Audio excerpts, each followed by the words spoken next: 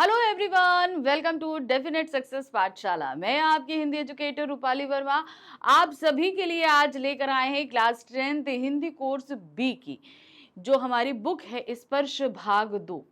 इसका सबसे पहले हमने जो शुरू किया है काव्य खंड, और क्योंकि ये बुक शुरू ही हमारी काव्य खंड से हो रही है तो काव्य खंड का आज हम सेकेंड चैप्टर करा रहे हैं। अब सेकेंड चैप्टर हम कराएं उससे पहले हम आपको बता दें कि क्लास 10th में चलने वाले 2 सिलेबस में हम क्लास 10th कोर्स ए, अगर आप में से कोई भी कोर्स ए का स्टूडेंट है जिनके पास शतज और कृतिका बुक है तो वो परेशान नहीं हो, चैनल पर जाकर देखें।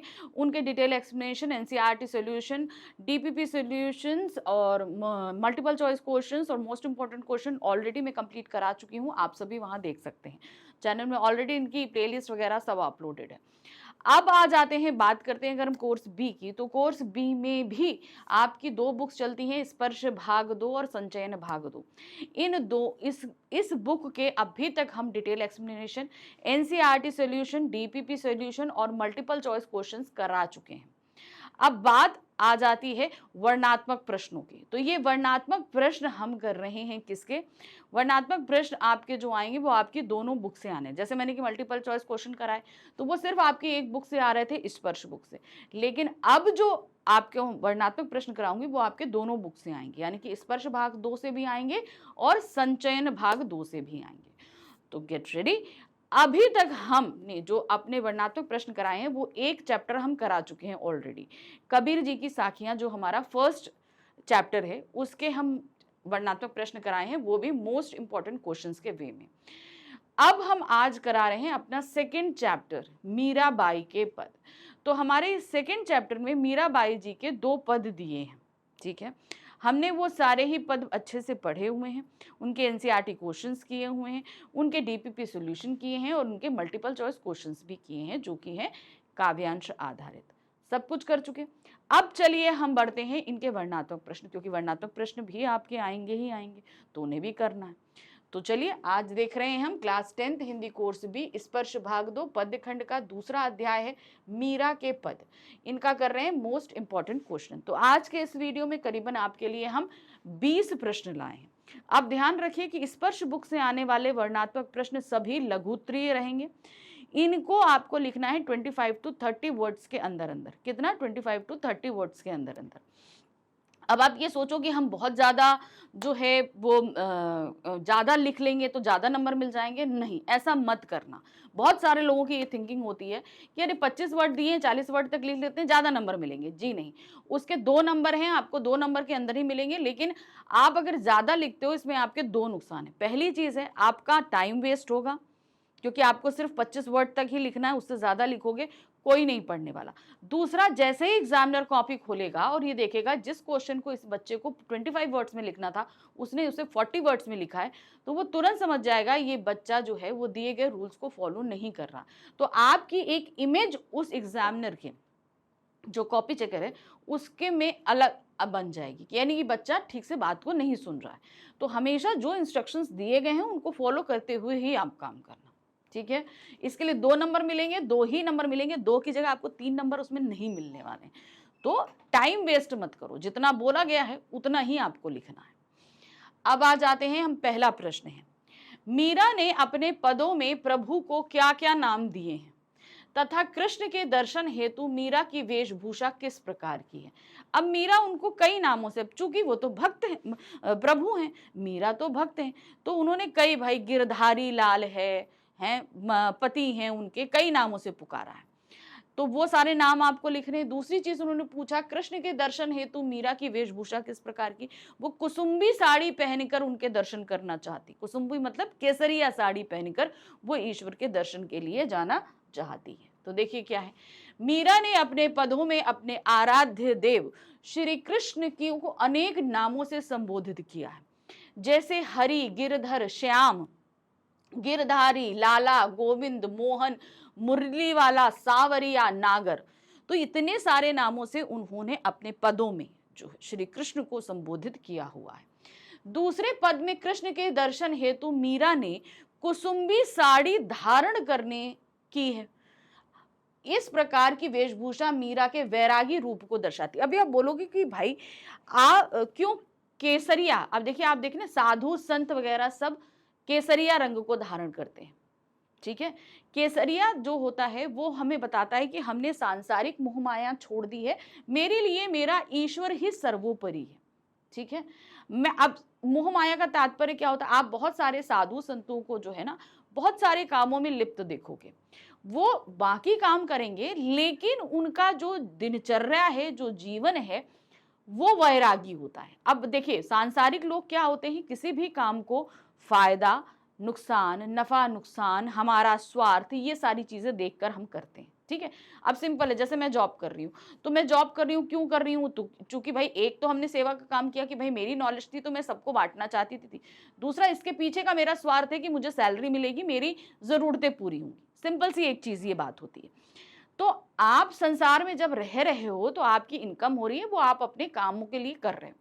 लेकिन जब वैरागी आदमी होता है तो वैरागी व्यक्ति क्या करता है, वो संसार में है तो सारे काम कर रहा है लेकिन उसमें उसका स्वार्थ नहीं होगा।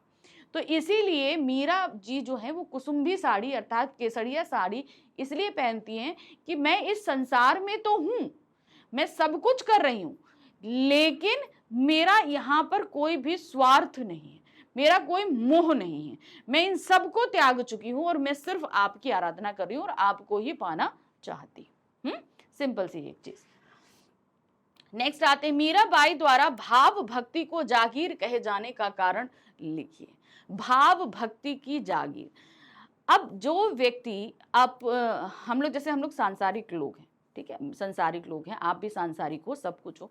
हम लोग जैसे आपको पॉकेट मनी मिलती है, ठीक है, अब आप पॉकेट मनी में क्या है, मान लीजिए आपको जितनी भी मिलती हो तो उसमें 50% आप खर्च कर देते हो, 50% आप उसमें गुल्लक में डाल देते हो कि हम इसको सेव कर लेते हैं, बाद में हमारे काम आएगी। उसी तरीके से आपके मम्मी पापा क्या है, जितनी अर्निंग होती है उससे कोई ना कोई प्रॉपर्टी बनाते हैं, घर खरीद लिया, कार खरीद ली, कुछ भी है, एक प्रॉपर्टी बना रहे, तो वो हम सबकी जागीर होती है। अब जो व्यक्ति वैराग्य ले चुका है, जिसे इस संसार से कोई मतलब नहीं है, ठीक है, अब उसके लिए जागीर क्या होगी, उसके लिए जागीर होती है उसकी भावना जो वो ईश्वर के प्रति रखती है, क्योंकि यही भावना, यही चीज उसको ईश्वर से मिलने का कारण होती, क्योंकि एक वैरागी व्यक्ति का मेन मोटिव क्या है, उसे ईश्वर से मिलना है। वो ईश्वर की आराधना ही क्यों कर रहा है, क्योंकि वो ये सारी चीजें छोड़ चुका है। अब उसका मोटिव है ईश्वर से मिलना।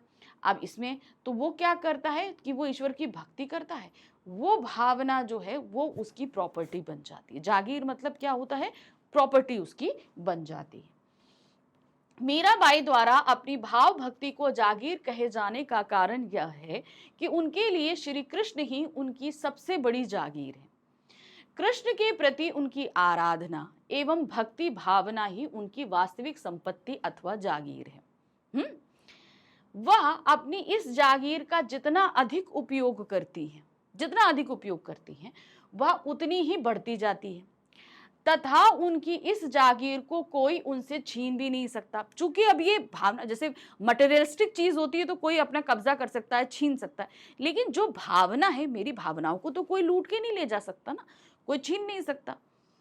उनका मानना है कि यदि उन्हें श्री कृष्ण को पाना है तो भक्ति का मार्ग अपनाना ही होगा, यानी कि निस्वार्थ भाव से श्री कृष्ण की भक्ति करनी होगी, तभी वो उन्हें प्राप्त हो पाएंगे।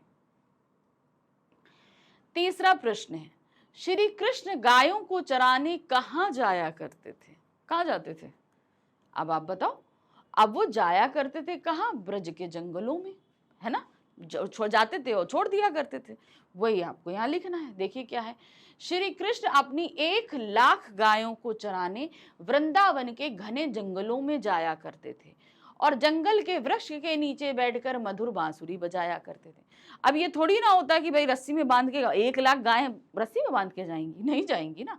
वो उनकी धुन बांसुरी की इतनी मधुर थी कि वो बजाते हुए जाते थे, उनके पीछे पीछे सारी गायें जाया करती थी। जंगल में उन्होंने छोड़ दिया, गायें चर रही हैं। शाम को चलने का समय हुआ, उन्होंने फिर बांसुरी बजाई, वो घर की तरफ चले, उनके पीछे पीछे सारी गायें उनके पीछे पीछे चल देती थी। तो इस तरीके से जो है वो अपनी गायें चराए जाते थे। द्रौपदी लाज राखी आप बाढ़्यो चीर, इस कथन का भाव स्पष्ट कीजिए। श्री कृष्ण की आराधना करते हुए मीराबाई जी ये कह रही हैं कि भाई आपके जो भी भक्त होते हैं, जो आपको बहुत दिल से याद करते हैं, तब जब वो कष्ट में होते हैं तो आप उनकी जो है हेल्प करने के लिए तुरंत पहुंच जाते हैं, आप उनकी मदद करने पहुंच जाते हैं। जैसे कि जब द्रौपदी का चीरहरण किया जा रहा था, ठीक है, भरी सभा में, उस चीरहरण का मतलब उसकी साड़ी खींची जा रही थी, दुशासन खींच रहा था। तो अब किसी स्त्री को एक भरी सभा में निर्वस्त्र कर देना तो बहुत अपमान करने की बात होती है। वो भी वो पांडवों की रानी थी, तो इस तरीके से करना तो गलत था, है ना। तो स्त्री कोई रानी हो चाहे जो भी हो, गलत होता है। तो दुशासन जो काम कर रहा था, तो द्रौपदी श्री कृष्ण को अपना भाई मानती थी, ठीक है, राखी बांधती थी, भाई मानती थी। उन्होंने खाली हाथ जोड़कर पूरे सच्चे मन से श्री कृष्ण को याद किया, तो श्री कृष्ण जी की कृपा से उनकी साड़ी जो खींची जा रही थी दुशासन के द्वारा, वो खींच ही नहीं पा रही थी। मतलब वो खींचता जाए और कपड़े बढ़ते जाए, कपड़े बढ़ते जाए। तो वही चीज उन्होंने बोल रहे हैं कि जब द्रौपदी संकट में थी, उन्होंने आपको पुकारा, तो आप उनकी पीड़ा को हरने के लिए भरी सभा में पहुंच गए और उनके वस्त्र को बढ़ा दिया, ठीक है। इसी तरीके से आप मेरी भी पीड़ा हरो, मैं आपके दर्शन चाह रही हूं, मुझे अपने दर्शन दो। अब इसके लिए उन्होंने इस पूरे पद में कई उदाहरण दिए हैं, है ना। तो देखिए क्या है, द्रौपदी री लाज राखियो आप बाढ़ियो चीर। कथन का भाव यह है कि मीराबाई द्रौपदी के उदाहरण के माध्यम से श्री कृष्ण से यह निवेदन करती हैं कि वह कृष्ण, वह मतलब कृष्ण, द्रौपदी की भांति उसके यानी मीरा के सभी कष्टों को निवारण करें। जिस तरीके से द्रौपदी के जो कष्ट थे वो श्री कृष्ण ने हर लिए, उसी तरीके से मेरे कष्टों को भी श्री कृष्ण हर ले।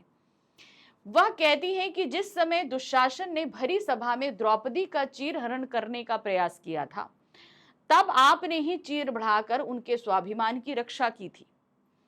इसी प्रकार आप मेरे सभी कष्टों को दूर कर सांसारिक बंधनों से मुक्ति दिलाएं। यानी कि मैं इस संसार में नहीं रहना चाहती, मैं आपके पास आना चाहती हूँ, तो मुझे इस लोक से अपने पास बुला लीजिए, ये चीज उन्होंने कही है। प्रश्न संख्या 5 है, हरि अपने भक्तों की रक्षा करते हैं। हरि मतलब कृष्ण, ठीक है। मीरा के प्रस्तुत पदों में इस बात को किस प्रकार सिद्ध किया गया है। अब इन्होंने क्या बोला, उन्होंने कई उदाहरण दिए। उन्होंने द्रौपदी का उदाहरण दिया, उन्होंने प्रहलाद का उदाहरण दिया, उन्होंने गजराज का उदाहरण दिया। तो उन्होंने 3 उदाहरण जो हैं इसमें बताए हैं कि गजराज जब नदी पार कर रहे थे तो मगरमच्छ ने उनके पांव को पकड़कर उन्हें नदी के अंदर खींचने लगे। तो उस डूबते हुए गजराज ने जब विष्णु का नाम लिया तो विष्णु ने उनकी मदद करी, ठीक है, और उन्हें नदी पार कराई। दूसरा, विष्णु के भक्त थे प्रहलाद। जब उनके पिता हिरण्याकश्यप ने उन्हें मारने के बहुत सारे प्रयास किए, तो अपने भक्त प्रहलाद को बचाने के लिए भगवान विष्णु ने जो है वो हिरण्याकश्यप क्या कहते हैं, नरसिंह का रूप धारण किया, ठीक है। हिरण्याकश्यप से बचाने के लिए क्या किया था, नरसिंह का रूप धारण किया था, जिनका सर सिंह का और शरीर जो है वो मनुष्य का था। उसी तरीके से द्रौपदी की लाज जब भरी सभा में उतारी जा रही थी दुशासन के द्वारा, तो उसके वस्त्र को बढ़ाने का कार्य जो है वो श्री कृष्ण ने किया। तो इस तरीके से भगवान विष्णु जी ने हमेशा तरह तरह के अवतार लेकर अपने भक्तों पर हमेशा कृपा करी है, ये चीज यहां पर बताई गई है। हरि अपने भक्तों की रक्षा करते हैं, इस बात को निम्न उदाहरणों से सिद्ध करने का प्रयास किया गया है। जब दुशासन ने द्रौपदी का चीरहरण करने का प्रयास किया था तो हरि ने द्रौपदी की मदद की, जिससे दुशासन अपने उद्देश्य में सफल नहीं हो पाया। उसका उद्देश्य क्या था, भरी सभा में द्रौपदी को निर्वस्त्र कर देना, तो वो अपना उद्देश्य पूरा ही नहीं कर पाया। बेचारा साड़ी खींचता जा रहा, थक गया, लेकिन साड़ी खत्म होने की नाम ही नहीं ले रही। तो इस तरीके से उसका जो उद्देश्य था वो पूर्ण नहीं हो पाया।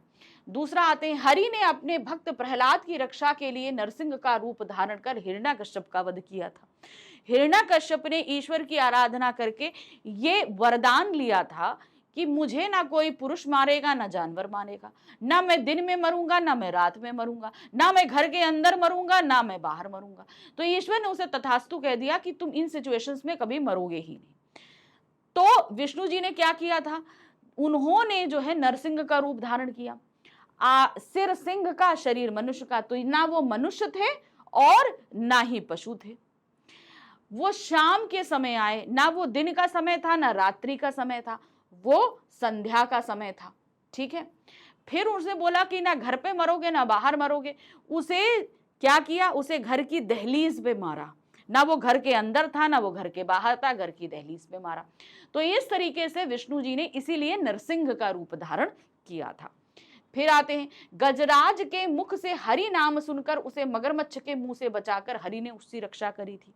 जैसे मैंने बताया, गजराज नदी पार कर रहे थे, मगरमच्छ ने उनका पैर पकड़ा और उन्हें खींचने लगे, तो गजराज डूबने लगे। तो उन्होंने हरि को याद किया, हरि आए और उन्होंने मगरमच्छ से उनकी जान बचाई और उन्होंने गजराज ने नदी पार कर ली। तो इस तरीके से उनके भक्तों पर जब कभी विपत्ति आती है और उनको बहुत ही अच्छे से याद किया जाता है, तो श्री जो भगवान विष्णु हैं वो किसी न किसी अवतार में आकर मदद करते जरूर हैं।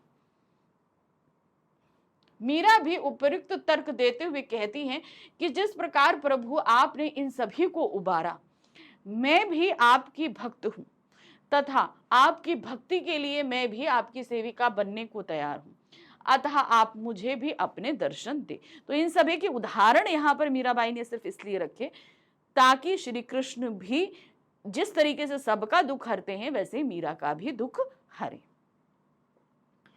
प्रश्न संख्या 6 है, मीरा ने कृष्ण से स्वयं के दुख हरने का आग्रह क्यों किया है? क्योंकि देखिए, मीराबाई बचपन से ही श्री कृष्ण की आराधना करती रही। फिर उनका विवाह हो गया। विवाह होने के बाद जब वो कुछ समय बाद उनके पति का देहावसान हो गया। अब जब पति का देहावसान हो गया तो अब क्या करती, तो उन्होंने जो है घर महल छोड़ छाड़ के वो श्री कृष्ण की आराधना करने लगी। कहाँ करने लगी? वहीं जिस राज्य में के राजा से उनकी विवाह हुआ था, जिनकी मृत्यु हो गई थी, वहीं एक श्री कृष्ण का मंदिर था, वहीं आकर वो रहने लगी। अब चूंकि महल की रानी इस तरीके से जो है वो मंदिरों में आकर आराधना करे, तो एक तरीके से उनकी साख को भट्टा लग रहा था, उनकी बेइज्जती हो रही थी। तो उन राजा के बाद जो उनके भाई राजगद्दी पर बैठे, उन्होंने मीराबाई को मारने के बहुत प्रयास किए। ठीक है, तो वो प्रयास कहीं ना कहीं इनकी भक्ति में व्यवधान डाल रहे थे।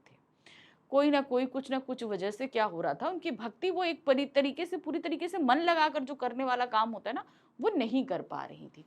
तो इसीलिए उन्होंने कहा कि भाई आप मुझे दर्शन दीजिए और इस संसार से मुझे लेकर जाइए, ताकि मैं इन संसारिक दुखों से विरक्त हो सकूं, क्योंकि वो श्री कृष्ण को अपने पति के रूप में मानती थी। इसलिए मीरा ने कृष्ण से स्वयं के दुख हरने का आग्रह इसलिए किया क्योंकि श्री कृष्ण अपने भक्तों का कल्याण करते हैं और मीरा श्री कृष्ण की अनन्य भक्त है, जो उन पर सब कुछ निछावर करने के लिए तत्पर है। मीरा श्री कृष्ण से अनन्य प्रेम करती हैं और उन्हें अपना सर्वस्व मानती हैं। हमने ना सर्वस्व अपना पति मानती हैं।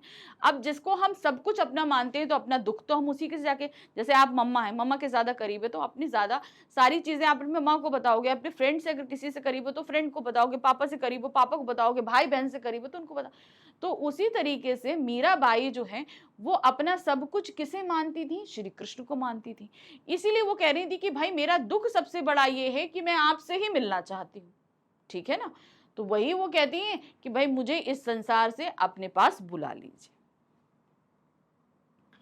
प्रश्न संख्या 7 है, अपने किन हितों को पूरा करने के लिए मीरा कृष्ण की चाकरी करना चाहती हैं? पद कविता के आधार पर बताइए।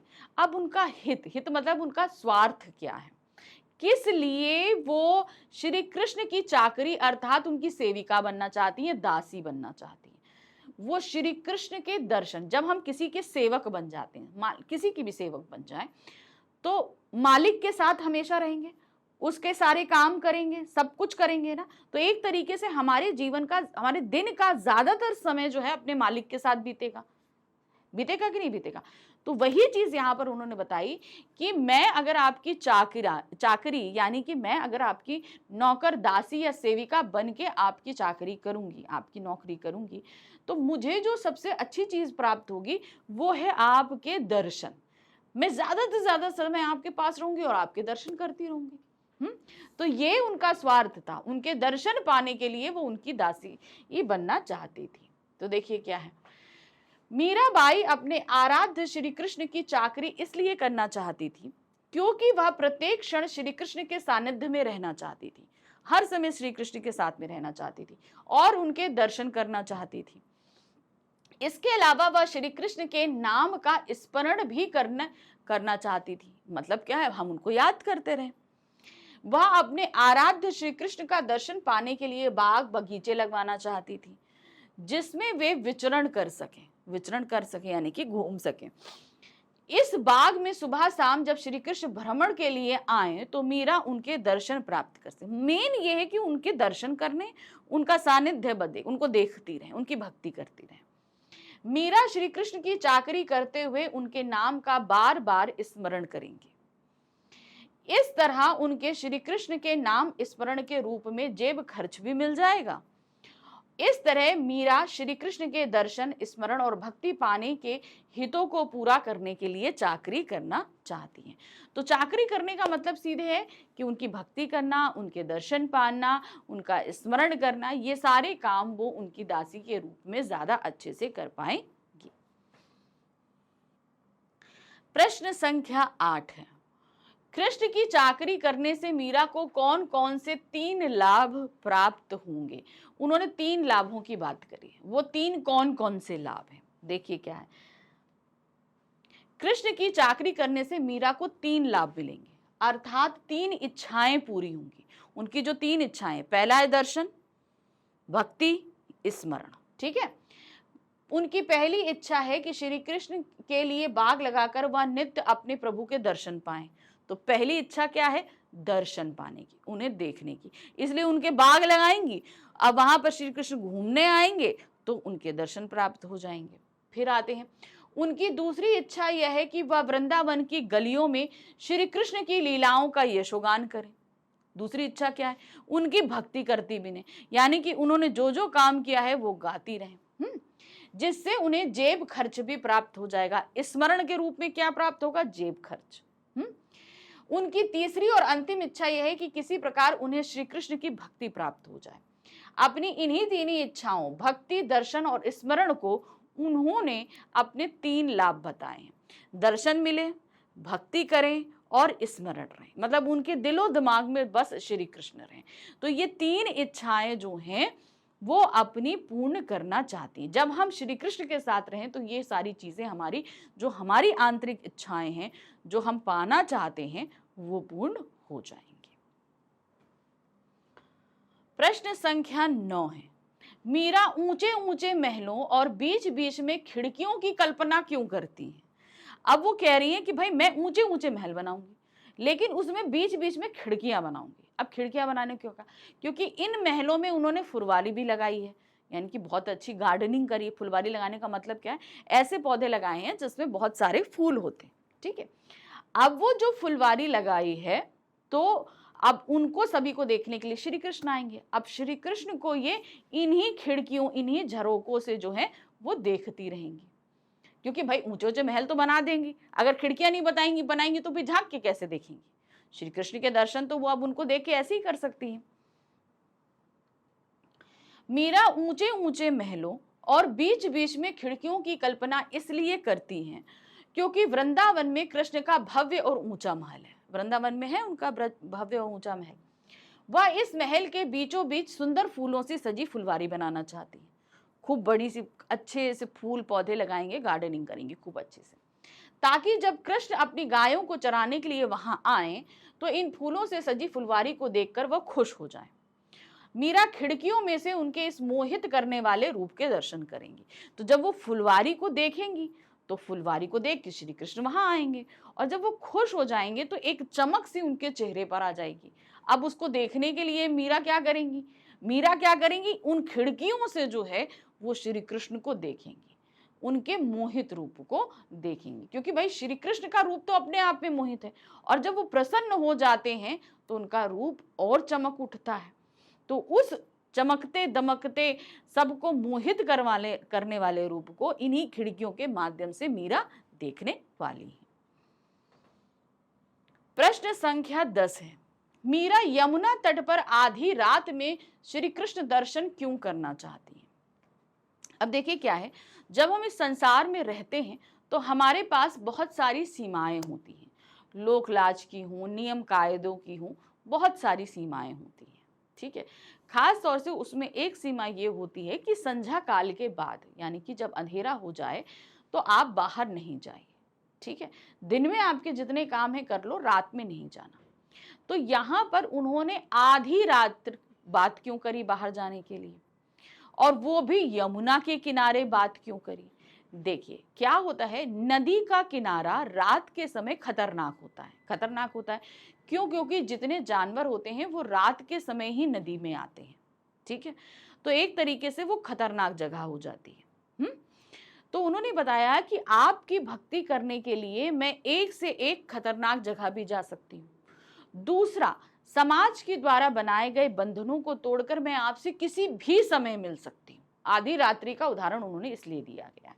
ठीक है, तो अब देखते हैं यहां पर क्या दिया गया है। मीरा यमुना तट पर आधी रात में श्री कृष्ण दर्शन इसलिए करना चाहती हैं क्योंकि उनका मन श्री कृष्ण के दर्शन के लिए व्याकुल हो रहा है। वह अपने आराध्य श्री कृष्ण को आधी रात में यमुना किनारे दर्शन देने की आकांक्षा से पुकारती हैं ताकि उनके दर्शन करके वह आनंद का अनुभव कर सके, और इसमें वो किसी भी समय किसी भी स्थान पर उनको दर्शन दे। किसी भी समय, किसी भी, चाहे कोई भी समय हो, वो आएंगी उनके दर्शन प्राप्त करने। कितना भी खतरनाक स्थान हो, वो आएंगी दर्शन करने। वो इसीलिए इस चीज को उन्होंने उदाहरण रखा है, यमुना जी के तीरे आधी मध्य रात्रि, यानी कि वो खतरनाक जगह पर भी अगर श्री कृष्ण उन्हें दर्शन देंगे तो वो बिना डरे उनके दर्शन करने आएंगी। वो इस संसार की लोक लाज जो परंपराएं उन सभी को तोड़कर आधी रात में भी अगर वो बुलाएंगे तो भी दर्शन करें, यानी कि वो श्री कृष्ण को अपना सब कुछ मानती हैं, और वो कहीं पर भी उनको दर्शन दें, कहीं पर भी बुलाएं, वो वहां पर आने के लिए तैयार हैं।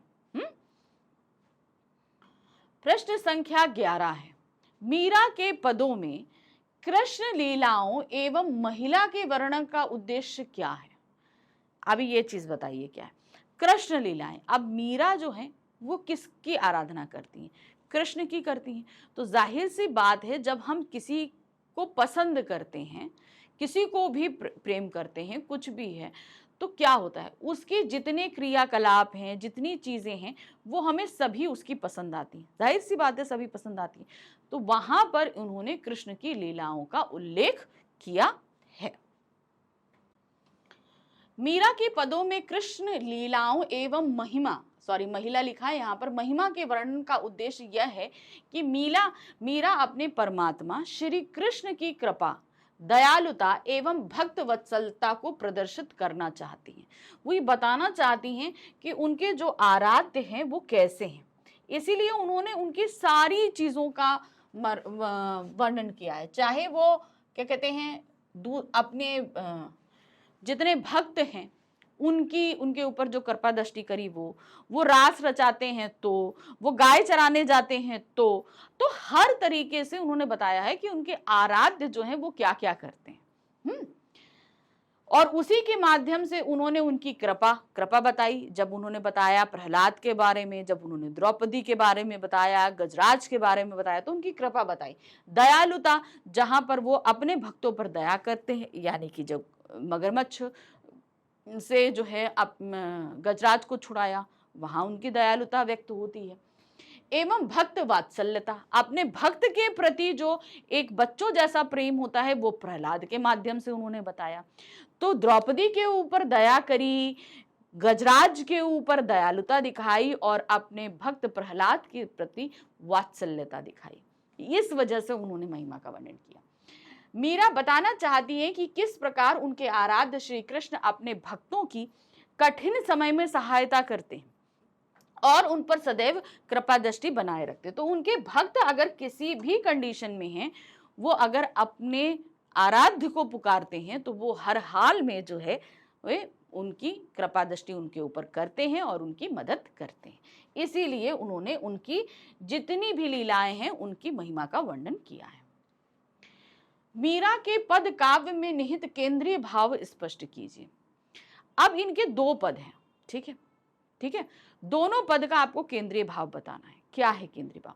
इसमें बेसिकली उन्होंने श्री कृष्ण की आराधना करी है और श्री कृष्ण का सानिध्य पाने के लिए, उनकी भक्ति करने के लिए, उनकी दासी बन जाने तक को वो तैयार है और श्री कृष्ण उन पर कृपा करें, इसके लिए उन्होंने उदाहरण के माध्यम से उनके सभी भक्तों का उल्लेख किया है। तो केंद्रीय भाव मेन बेसिकली जो है वो है मीरा का श्री कृष्ण के प्रति भक्ति भाव व्यक्त करना। इन पदों में मीराबाई श्री कृष्ण का भक्तों के प्रति प्रेम और अपना श्री कृष्ण के प्रति भक्ति भाव वर्णन करते हैं कि श्री कृष्ण अपने भक्तों के प्रति तो बहुत प्रेम रखते हैं, मगर मीरा भी अपने आराध्य के प्रति जो प्रेम रखती हैं उसे व्यक्त किया है। पहले पद में मीरा कृष्ण से कहती हैं कि जिस प्रकार आपने द्रौपदी, प्रहलाद और ऐरावत के दुखों को दूर किया, पहले पद में ये चीज उन्होंने बताई ना, उनके 3 भक्त थे, द्रौपदी, प्रहलाद और वो गजराज यानी कि ऐरावत, उसी प्रकार मेरे सारे दुखों का नाश कर दो। मीरा की भक्ति दास्य भक्ति, दास्य भक्ति का मतलब क्या होता है? जब हम अपने आराध्य के दास बनने यानी कि नौकर बनने के भी, एक होती है सखा भक्ति जहां पर हम उनके मित्र बन जाना चाहते हैं, एक होती है दास्य भक्ति जहां हम उनकी दासी बन जाना चाहते हैं, वो चीज यहां पर बताइए। वह श्री कृष्ण पर अपना सर्वस्व न्यौछावर कर चुकी है। पदों में मीरा के हृदय की पीड़ा यानी कि दर्द, समर्पण भाव यानी कि अपना सब कुछ उनको दे देना, और विरहानुभूति यानी कि श्री कृष्ण से जो दूर हैं उसकी जो तकलीफ है वो, और अगाध प्रेम की पराकाष्ठा देखने को मिलती है कि वो कितना ज्यादा प्रेम करती हैं, ये देखने को मिलता है। मीरा कृष्ण के लिए दासी बनना भी स्वीकार करती है कि मैं उनकी दासी बन जाऊं, ये तक उन्होंने बात को स्वीकार किया है ताकि वह श्री कृष्ण की एक मोहक छवि के दर्शन पा सके। मीरा के पद हिंदी साहित्य के इतिहास में अमूल्य योगदान रखते हैं। ध्यान रखिए, इनके ये पद श्री कृष्ण की भक्ति में 4 चांद लगाते हैं। हम अगर श्री कृष्ण से संबंधित कहीं पर भी भजन सुनते हैं, कुछ करते हैं, तो उसमें मीरा के पदों को जरूर शामिल किया जाता है। और उनके इन पदों ने जो है हमारे साहित्य को बहुत अमूल्य बनाया है, ये चीज देखिए। प्रश्न संख्या 13 है, कबीर और मीरा की भक्ति की विशेषताओं का उल्लेख कीजिए। कबीर दास भी क्या है? भक्ति यानी कि भक्ति काल के कवि हैं। मीराबाई भी भक्ति काल की कवि हैं। अब इन दोनों की विशेषताएं क्या है? देखिए, कबीर दास जी जो हैं उनके लिए उनके आराध्य निर्गुण ब्रह्म है, यानी कि वो ऐसे ईश्वर की आराधना करते हैं जिसका कोई साकार रूप नहीं है। ठीक है, वो ऐसे ईश्वर की, क्योंकि उनका मानना है ईश्वर एक है और उसके बाद हमने नीचे आकर तमाम सारे धर्मों को बना लिया है। तो कबीर दास जी निर्गुण ब्रह्म के उपासक हैं, जबकि मीराबाई सगुण ब्रह्म की उपासक है। कहने का मतलब है कि वो जिसकी भक्ति करती हैं उसका एक आकार है, एक स्वरूप है, और कबीर दास जी जिसकी आराधना भक्ति करते हैं उसका कोई आकार नहीं, कोई रूप नहीं है। ठीक है, जैसे मान लीजिए अगर हम शिव की भक्ति करेंगे तो मेरे सामने शिव जी का एक आकार है कि मैं उनकी भक्ति कर रही हूँ। मैं अगर क्या कहते हैं राम जी की भक्ति कर रही हूँ तो उनका एक आकार है, उनको मैं जानती हूँ, मैं उनकी आराधना कर रही हूँ। श्री कृष्ण की भक्ति कर रही हूँ, जिसकी भी भक्ति हम करते हैं हमारे सामने उनका एक आकार होता है, तो ये होता है साकार ब्रह्म। ठीक है, एक आकार के साथ एक ब्रह्म जिसकी हम पूजा कर रहे हैं। लेकिन कबीर दास जी की निर्गुण ब्रह्म के उपासक है। अब देखिए, कबीर और मीरा की भक्ति की विशेषताएं निम्न है। अब इसे किस तरीके से यहां पर बताया गया है, देखिए क्या है। कबीर के ब्रह्म निर्गुण है और वह आजन्मा और अनाथ है, यानी कि वो जन्मे भी नहीं है और उनके कोई माता पिता भी नहीं है। तो वो इस तरीके जैसे हम राम की भक्ति करते हैं तो राम जी का जन्म हुआ, कृष्ण की भक्ति करते हैं कृष्ण का जन्म हुआ। तो कबीर जी के जो उपासक हैं वो अजन्मे हैं, उनका जन्म नहीं हुआ। अब आ जाइए मीरा सगुण भक्ति की प्रवर्तक है, यानी कि उनके लिए जो जिसका पूजा करती हैं, जिसकी आराधना करती हैं, उनका एक आकार स्वरूप है। वे कृष्ण को अपना स्वामी मानती हैं। नेक्स्ट आते हैं, कबीर एक ईश्वर में विश्वास रखते हैं। उनका मानना है कि कोई अलग अलग ईश्वर नहीं है, सिर्फ एक ईश्वर है। विरह वेदना में तल्लीनता, तन्मयता, एक की भावुकता है। अब यहाँ पर उनके लिए सारे ईश्वर छोड़ दीजिए, सिर्फ उनके लिए एक ही है, वो है श्री कृष्ण, जिनके लिए वो विरह वेदना में भी सहन करती हैं, वो तन्मय है और भावुकता भी है। नेक्स्ट आ जाते हैं, मूल स्वर भक्ति है। कबीर जी का मूल स्वर क्या है? भक्ति है। इनकी भक्ति व्यवहारिक जीवन की सहजता व सद्विचारों से जुड़ी है। यानी कि हमारी जो प्रैक्टिकल लाइफ है, इसमें हम किस तरीके से व्यवहार करते हैं, हमारी अच्छी सोच ही हमारी भक्ति होती है, ऐसा कबीर जी का मानना है।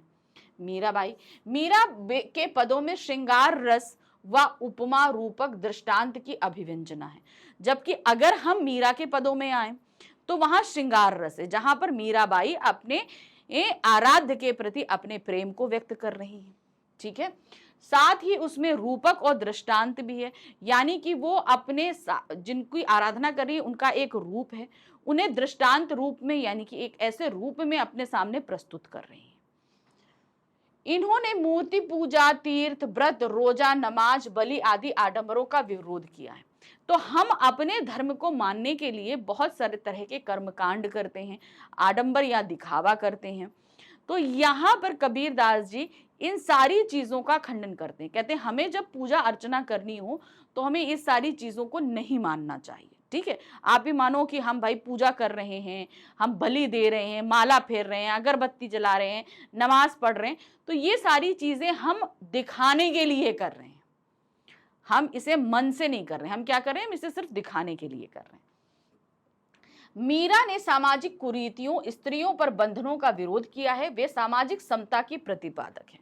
अब यहां पर अगर हम मीरा की भक्ति आ जाए तो मीरा ने देखा कि उस समय समाज में स्त्रियों को बहुत दबाया जाता है, तो एक तो उन्होंने इस चीज का विरोध किया। ठीक है, दूसरा, स्त्रियों को लेकर कुरीतियां बहुत थी उस समय। जैसे होता था ना, आपकी ये सती प्रथा हुआ करती थी, पर्दा प्रथा होती थी, स्त्रियों को घर पे ही रखना है, ये सारी चीजें हुआ करती थी। तो इस तरह की चीजों की वो खंडन करती थी। उनका कहना था कि जब समाज का अस्तित्व स्त्री और पुरुष इन दोनों के बगैर नहीं हो सकता, तो समाज में इन दोनों का दर्जा भी बराबर का ही होना चाहिए। स्त्री और पुरुष दोनों समान होने चाहिए। ये कहा जाए कि भाई एक परिवार को, एक बच्चे को जन्म देने के लिए जब दोनों की आवश्यकता है, तो समाज को आगे चलाने के लिए जब दोनों की आवश्यकता है, तो फिर समाज में इन दोनों का दर्जा भी बराबर का ही होना चाहिए, ऐसा उनका मानना था।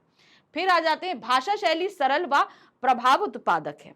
अब कबीर दास जी की जो भाषा शैली है, उस भाषा शैली में उन्होंने बहुत ही कम शब्दों में बहुत ही बड़े बड़े भावों को, बहुत ही बड़ी बड़ी बातों को व्यक्त करना चाहे। और ऐसा नहीं है कि वो कम शब्द में उन्होंने बहुत कम बातें कही हैं, उन्होंने कम शब्दों में इतनी बड़ी बड़ी बातें कही हैं। और ऐसा नहीं है कि वो प्रभाव को उत्पन्न नहीं करी। जब हम उनकी साखी वगैरह या पद वगैरह हम पढ़ते हैं तो वो इतना प्रभाव उत्पन्न करती।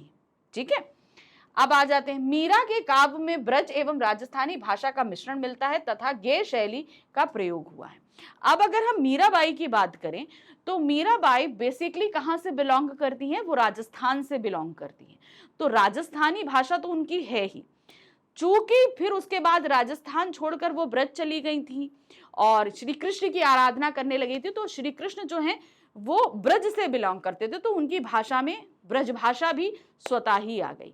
ठीक है, और इनके जितने भी पद हैं ये सभी गेय शैली में, गेय शैली यानी इनको गाया जा सकता है।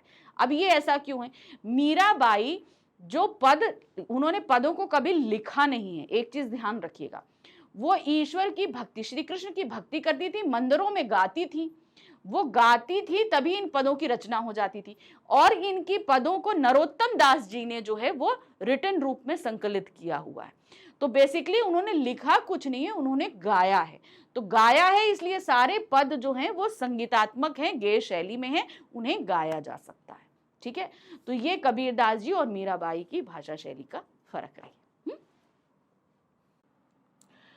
क्वेश्चन नंबर 14 है, मीरा की रचनाओं में भक्ति भावना निहित है, स्पष्ट कीजिए। अब मीरा जो है वो श्री कृष्ण के अनन्य भक्त है, वो उन्हीं की पूजा, आराधना, अर्चना सभी कुछ करती हैं। कहने का मतलब है उन्होंने अपना सब कुछ उनको ही माना है, यानी कि वो अपने श्री कृष्ण को पति मानती हैं।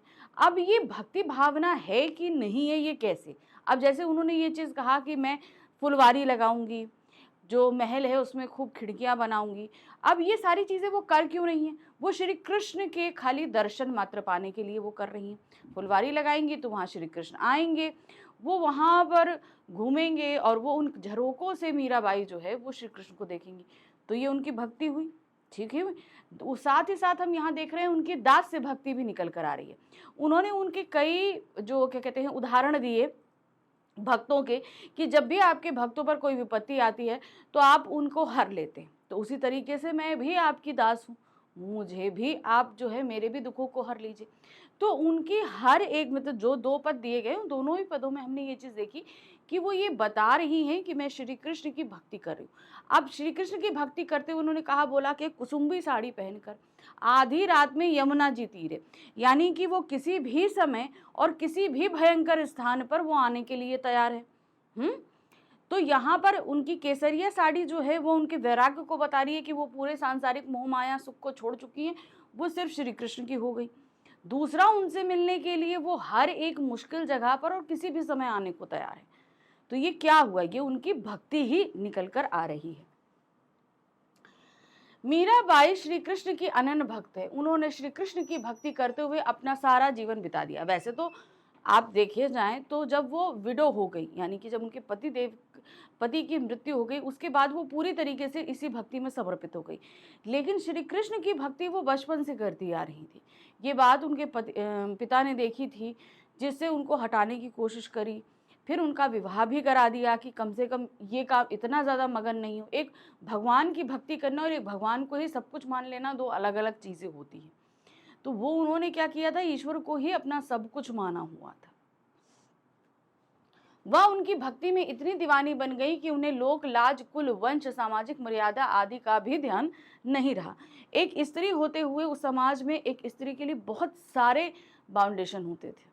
अब उन्होंने अपने घर की लोक लाज, धन संपदा, सब सुख, सब कुछ छोड़कर कहाँ आ गई थी? वो मंदिर में आकर रहने लगी थी श्री कृष्ण के। मीरा ने अपने आराध्य देव के गुणों का भरपूर बखान किया है। उनकी भक्ति में समर्पण की भावना है, उनके काव्य में अनुभूति की गहराई है। वह श्री कृष्ण को अपना आराध्य भी मानती है तथा प्रियतम भी, यानी कि वो उनके देवता भी हैं और प्रियतम भी हैं। कहने का मतलब है उन्हीं की पूजा भी करती हैं। वह उनसे प्रिया की भांति ही मिलना चाहती हैं तथा एक सच्चे भक्त की भांति भी। वह उनकी सेवा में समर्पित हैं, वह उनके दर्शन की तीव्र अभिलाषा रखती हैं। उनके अनुसार प्रभु का दर्शन, स्मरण और भक्ति, ये तीनों ही भक्तों की सच्ची जागीर होती है। कोई भी अगर भक्त है तो उसकी सच्ची जागीर क्या है? उनके दर्शन पा लेना, उनको स्मरण करना और उनकी भक्ति। उन्होंने भगवान श्री कृष्ण को ही अपना सर्वस्व मानकर अपने आप को उनके चरणों में समर्पित कर दिया है। उनकी रचनाओं में भक्ति भावना की प्रधानता स्पष्ट रूप से द्रष्टव्य है। तो आप उन्होंने जो 2 पद गाए हैं उनमें साफ तौर से ये दिखाई दे रहा है हमको कि वो श्री कृष्ण की भक्ति, दर्शन, इन्हीं सबको वो स्मरण करना, उन्हीं को उनका जीवन है, वही सब चीज़ें वो मानती है। गलियों में गाना, उनके बखान करना, उनके गुणगान करना, ये सारी चीज़ें थी। उन्होंने श्री कृष्ण की भक्ति के लिए अपना सब कुछ छोड़ दिया था। इवन उनके परिवार वालों ने तो उन्हें कितना मारने की कोशिश करी थी, लेकिन श्री कृष्ण जी की कृपा से ऐसा कुछ हो नहीं पाया था। तो एक तरीके से आप ये देखेंगे कि अगर मीराबाई श्री कृष्ण जी की अनन्य भक्ति, तो श्री कृष्ण भी उनके ऊपर पूरी तरीके से उनका ध्यान रखते थे। अब आ जाते हैं प्रश्न संख्या 15। मीराबाई के काव्य में विरह की अनुभूति अपने चरम सीमा पर है, स्पष्ट कीजिए। अब वो श्री कृष्ण को अपना सब कुछ मानती है कि नहीं मानती है? तो हम लोगों ने 2 पदों में देख लिया, अपना पति मानती है। अब वो उनसे मिलने के लिए आतुर है। उनकी वेदना ही यही है, तकलीफ ही यही है कि वो श्री कृष्ण से मिल नहीं पा रही। श्री कृष्ण उनको दर्शन दे दें किसी तरीके से, और उनके दर्शन पाने के लिए वो दास तक बनने को तैयार है। अब ये तकलीफ उनकी बहुत ही ज़्यादा, विरह वेदना का मतलब क्या होता है? जब हम किसी से प्यार करते हैं तो उससे जब हमारी जुदाई हो जाती है, हम अलग हो जाते हैं, तो हम जो है, हमको जो तकलीफ होती है वो विरह को व्यक्त करती है। मीराबाई का रचना संसार ईश्वरीय प्रेम के दोनों पक्षों, सहयोग और वियोग पर आधारित है। प्रेम में 2 दो चीज़ें होती हैं। जब हम किसी से प्रेम करते हैं तो क्या होता है, दो चीज़ होती है। या तो मिलन हो जाता है, ठीक है, मिलन होगा मतलब कुछ टाइम के लिए मिलेंगे, फिर अलग हो जाएंगे, फिर मिलेंगे, फिर अलग हो जाएंगे। तो प्रेम के ये दोनों ही रस हमको इनकी भक्ति में देखने को मिल रहे हैं, ठीक है। यदि प्रेम को किसी कसौटी पर परखा जा सकता है तो वह है विरह वेदना की अनुभूति। आपका प्रेम कितना खरा है, कितना सच्चा है, ये आप कैसे परख सकते हो? जब हम अपने प्रेमी से अलग होते हैं तो उस समय हमारी परीक्षा सबसे ज़्यादा होती है। हमारे प्रेम की परीक्षा उस समय ज़्यादा होती है कि जो आप तकलीफ सह रहे हो, उस तकलीफ में कहीं आप उससे सुख पाने के लिए कोई और रास्ता तो नहीं अपना रहे। अब उस तकलीफ में ऐसा तो नहीं है कि तुम जिसके प्रति अपना प्रेम व्यक्त कर रहे हो, उस वेदना से बचने के लिए तुम उसको याद करना या प्रेम करना छोड़ दो। तो सही तरीके में प्रेम की सही कसौटी जो है वो कब होती है, जब हम अपने प्रेमी से अलग होते हैं। मीरा के विरह वर्णन में स्पष्ट रूप से प्रेम से तड़पते हुए अपने प्रेमी की प्रतीक्षा करने का सजीव चित्रण है। वह श्री कृष्ण के दर्शन के लिए तड़पती रहती है, हर कुछ करने के लिए तैयार है। वह विरह में इतनी व्याकुल है कि अपनी प्रेमी से मिलने के लिए कुछ भी करने को तैयार है। वह अर्धरात्रि के समय श्री कृष्ण से यमुना किनारे मिलने की विनती करती हैं। अब ये चीज उन्होंने क्यों कही, देखिए जैसे मैंने आपको बताया कि उस समय तत्कालीन जिस समय मीराबाई थी, उस समय स्त्रियों के लिए समाज इतना ओपन माइंडेड नहीं था, ठीक है। अब ओपन माइंडेड नहीं था तो क्या था, उनको जो है उन कहते हैं ना अंधेरा हो गया, अब स्त्रियां घर के अंदर, स्त्रियों को घर से बाहर निकलने की भी इतनी परमिशन नहीं थी। दूसरा पर्दा बहुत हुआ करता था, सब कुछ था। अब उन्होंने ये चीज बोली कि क्या, वो अर्धरात्रि। अब अर्धरात्रि का मतलब क्या है कि वो समाज की बनाई परंपराओं इन सारों से अलग हटकर काम करने के लिए तैयार है। तैयार है कि नहीं तैयार है कि ठीक है जो कुछ भी होगा होगा, मैं अगर श्री कृष्ण मुझे आधी रात्रि को मिलेंगे तो मैं आधी रात्रि पहुंच जाऊंगी। अब बात आती है दूसरी भयानकता या खतरे की। तो जैसे कि हम उन्होंने बताया कि यमुना जी तीरे, अब यह आधी रात में यमुना जी तीरे मिलने का मतलब क्या है, जो निशाचर जानवर होते हैं, ध्यान रखिएगा, निशाचर जानवर जो होते हैं, जो रात में शिकार करते हैं, नदी के तट पर वो रात में ही मौजूद रहेंगे। अब वो इतनी भयानक स्थिति में भी उस स्थान पर भी श्री कृष्ण से मिलने के लिए तैयार है। तो उन्होंने ये बताया है कि इतनी ज्यादा वेदना है कि वो किसी भी समय और कितनी भी भयानक स्थान पे अगर उनके प्रियतम मिल रहे हैं तो वो मिलने के लिए तैयार है। ये चीज उन्होंने बताई है। यहां तक कि वह उनकी सेविका बनने को भी तैयार है। मीरा श्री कृष्ण के दर्शन के लिए कुसुम्बी साड़ी पहनने को तैयार हैं। वे अपने भाव भक्ति को अपनी सबसे बड़ी जागीर मानकर कृष्ण दर्शन की अभिलाषी हैं। इस प्रकार ये कहा जा सकता है कि मीरा के काव्य में विरह वेदना की अनुभूति अपने चरम सीमा पर है। यानी कि अब उनकी दासी बनना, उनसे किसी भी समय किसी जगह पर भी मिलना, उनके दर्शन पाने के लिए फुलवारी लगाना, खिड़कियां बनवाना, बहुत सारी चीजें जो है इनके पदों में हमने देखा कि वो अपने प्रेमी से मिलने के लिए बहुत बुरी तरीके से तड़प रही हैं।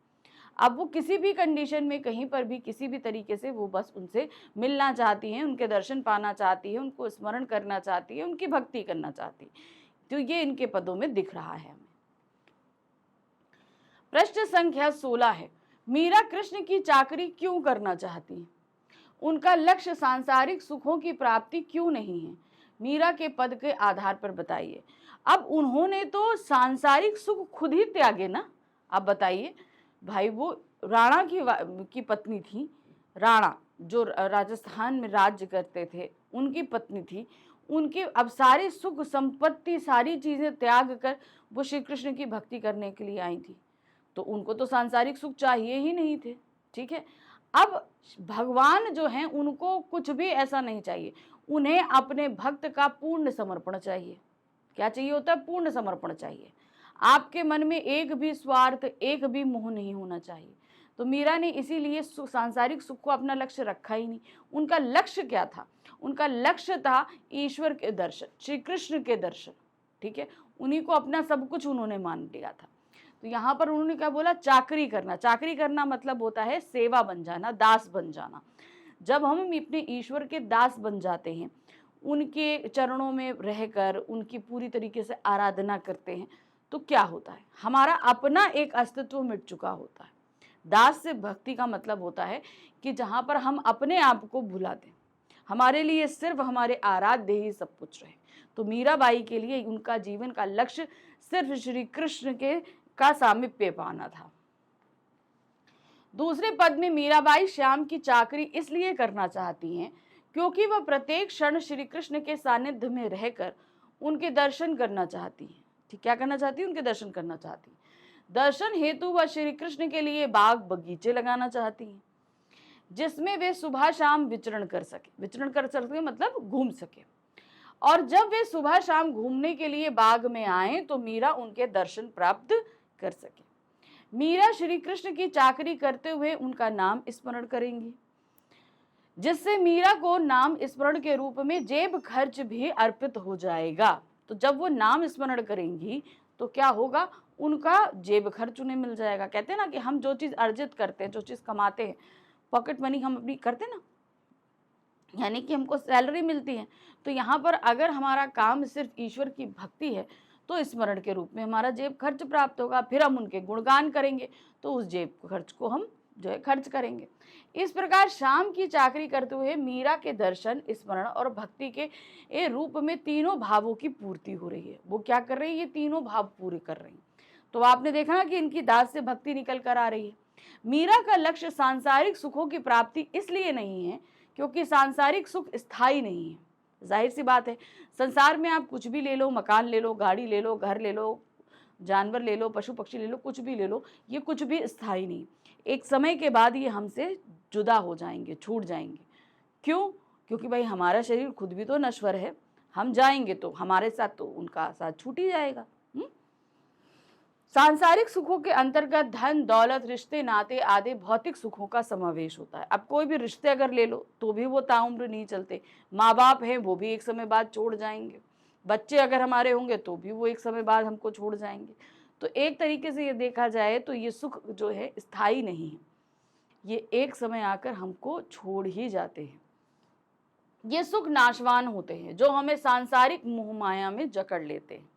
इसके विपरीत आध्यात्मिक सुख जीवन के सत्य को उजागर करता है। अब आध्यात्मिक सुख मतलब क्या होता है? ईश्वर की आराधना।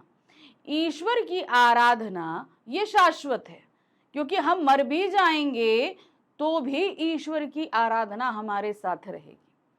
सांसारिक सुख तो छूट गए क्योंकि वो सभी नश्वर हैं, एक दिन सब हमको छोड़ जाएंगे, लेकिन शाश्वत क्या है? ईश्वर की आराधना। इसके विपरीत आध्यात्मिक सुख जीवन के सत्य को उजागर करता है, जिससे आत्मा जीवन मरण के बंधन से मुक्त पाकर मोक्ष प्राप्त करती है। तो अगर आप ईश्वर की आराधना सच्चे मन से करते हैं, ज्ञान प्राप्ति करते हैं, तो आपको मोक्ष प्राप्त होगा, यानी कि हम जीवन मरण के चक्र से छूट जाएंगे। अब जैसे हम लोग का शरीर है, अभी हम मानव शरीर में हैं, हम मरेंगे, फिर इसके बाद हमारा जन्म होगा। जरूरी नहीं है कि हम मानव ही बने, हम कोई कीड़ा मकोड़ा, पशु पक्षी, हम कुछ भी बन सकते हैं। तो ये जीवन चक्र चलता रहता है, ऐसे समझिएगा। हम अभी जिंदा हैं, हम मरेंगे, फिर जिंदा होंगे किसी भी उसमें, फिर मरेंगे, फिर जिंदा होंगे। तो ये चक्र हमेशा कंटिन्यूअस चलता रहता है। अब ये कंटिन्यूअस जो चक्र होता है ये पेनफुल होता है आत्मा के लिए। अब उस कंडीशन में अगर हमें इस चक्र से मुक्ति चाहिए, जैसे महात्मा बुद्ध ने किया, उन्होंने क्या किया? उन्होंने सब कुछ त्याग किया और ज्ञान प्राप्ति में निकले, उन्होंने मोक्ष प्राप्त किया, यानी कि वो इस जीवन मरण के चक्र से हट गए। अब आप बोलो, ऐसे बहुत सारे लोग हुए जिन्होंने मोक्ष प्राप्त किया, लेकिन हम महात्मा बुद्ध का नाम क्यों लेते? क्योंकि महात्मा बुद्ध ने एक ऐसे घर में जन्म लिया जो पूरी तरीके से विलासितापूर्ण परिवार था, राजा महाराजा थे, हर एक सुख सुविधा थी, संपन्नता थी, सब कुछ था। तब भी उन्होंने ये सब कुछ त्याग कर वो क्या आ गए? उन्होंने एकदम वैराग्य जीवन लिया और मोक्ष प्राप्ति करी, इसलिए महात्मा बुद्ध का नाम हम इसमें जा। उसी तरीके का यहाँ मीराबाई को ले लीजिए। मीराबाई के पास भी सारा सुख था, सब कुछ था, आप बताइए, था ना सब कुछ, लेकिन उन्होंने श्री कृष्ण के प्रेम और भक्ति भावना में डूब के अपना सब कुछ छोड़कर वह उनकी भक्ति में लग गई थी। चलिए, प्रश्न संख्या 17 है। हरि आप हरो जनरी भीर, द्रौपदी राज लाखी आप बाढ़ियो चीर, भरत कारण रूप नरियो धरियो आप शरीर। तो अब इसका वैसे तो अर्थ समझा चुकी हूँ, लेकिन यहाँ पर हमें इसका भाव्य सौंदर्य लिखना है। तो पहले तो आप इसका अर्थ समझ लीजिए, क्या दिया है, हरि आप हरो जनरी भीर, यानी कि हरि यानी कि श्री कृष्ण आपने सभी जनों की, सबकी पीड़ा को हरा है, यानी कि उनको उनकी पीड़ा से मुक्त कराया है।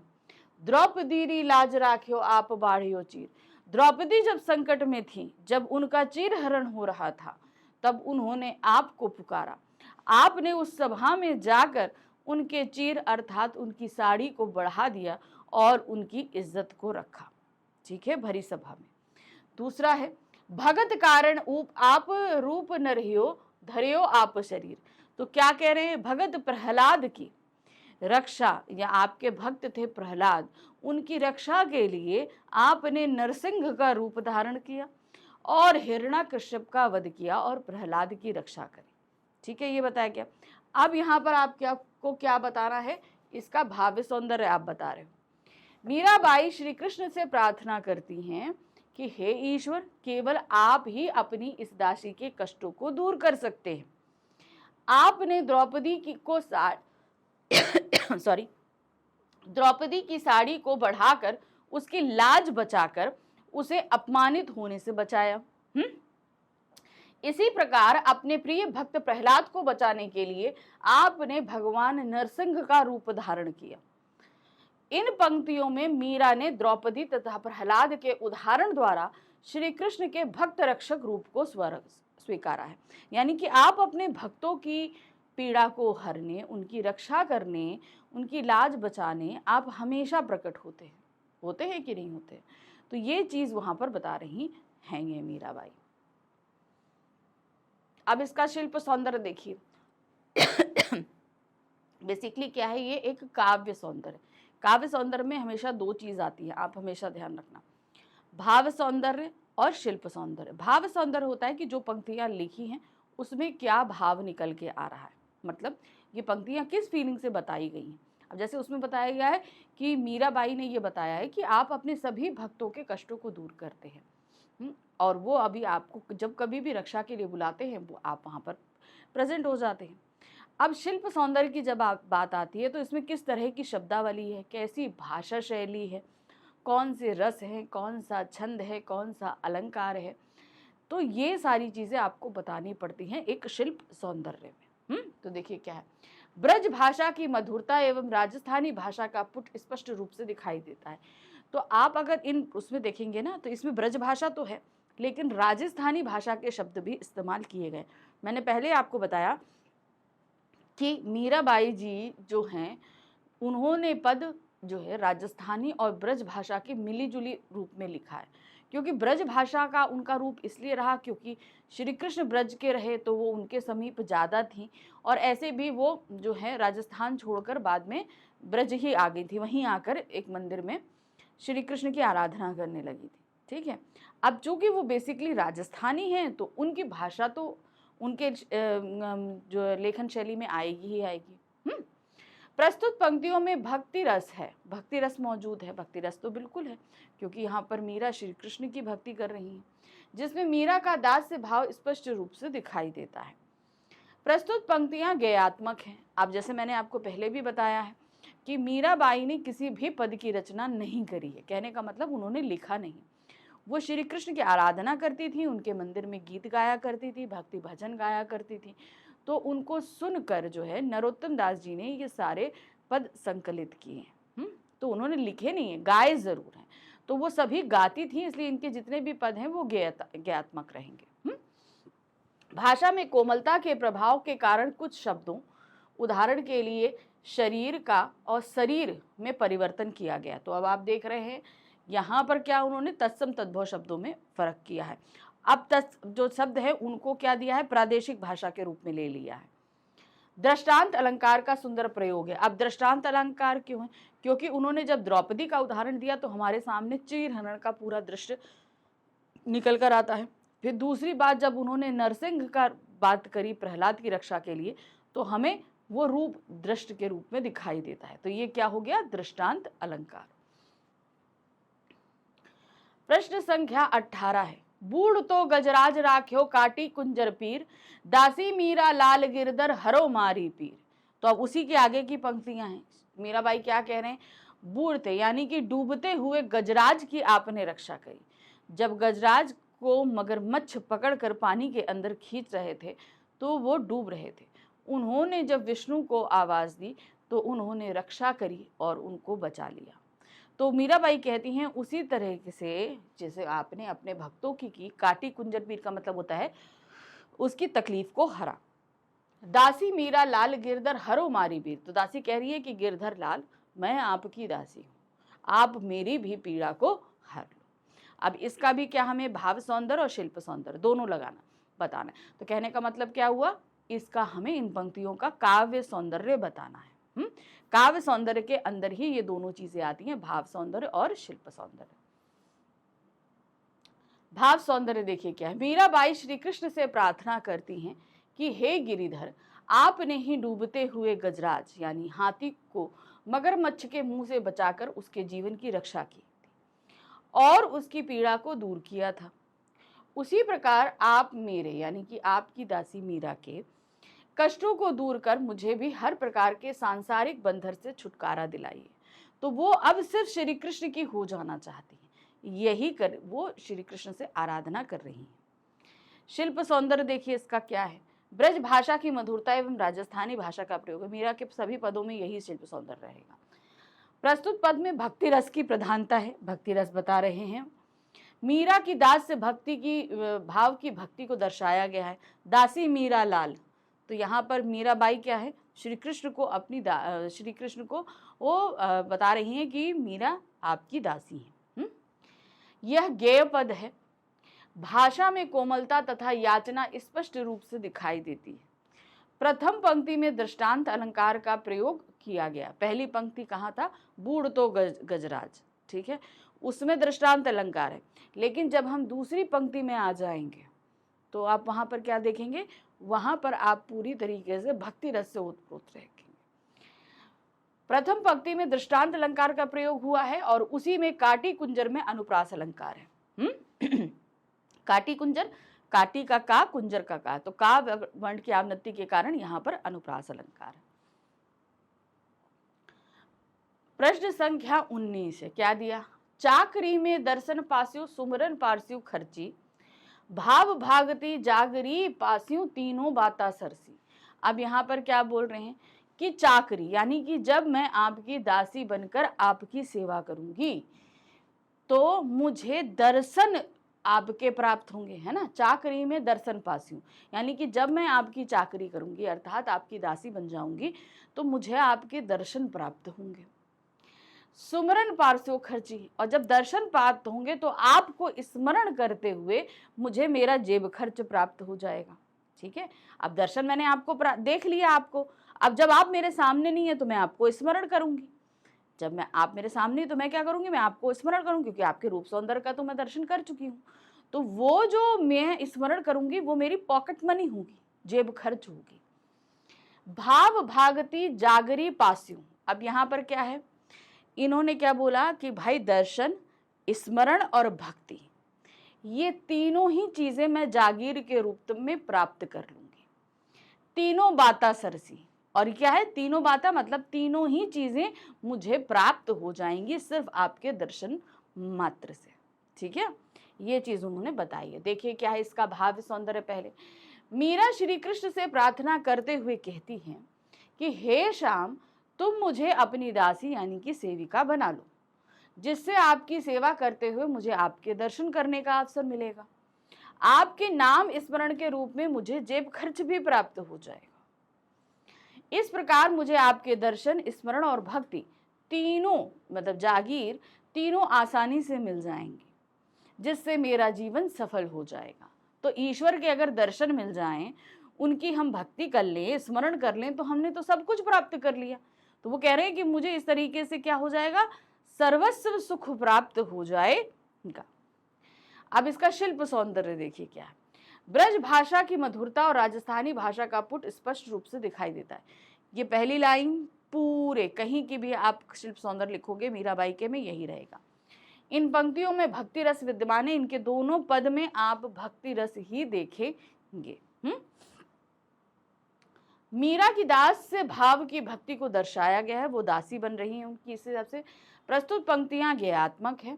भाषा में कोमलता और याचना स्पष्ट रूप से दिखाई देती है कि वो रिक्वेस्ट कर रही हैं श्री कृष्ण से कि वो श्री कृष्ण उनको दर्शन दे दे। अनुप्रास, भाव भक्ति में अनुप्रास अलंकार है, स्मरण और खर्ची में आपका रूपक अलंकार है।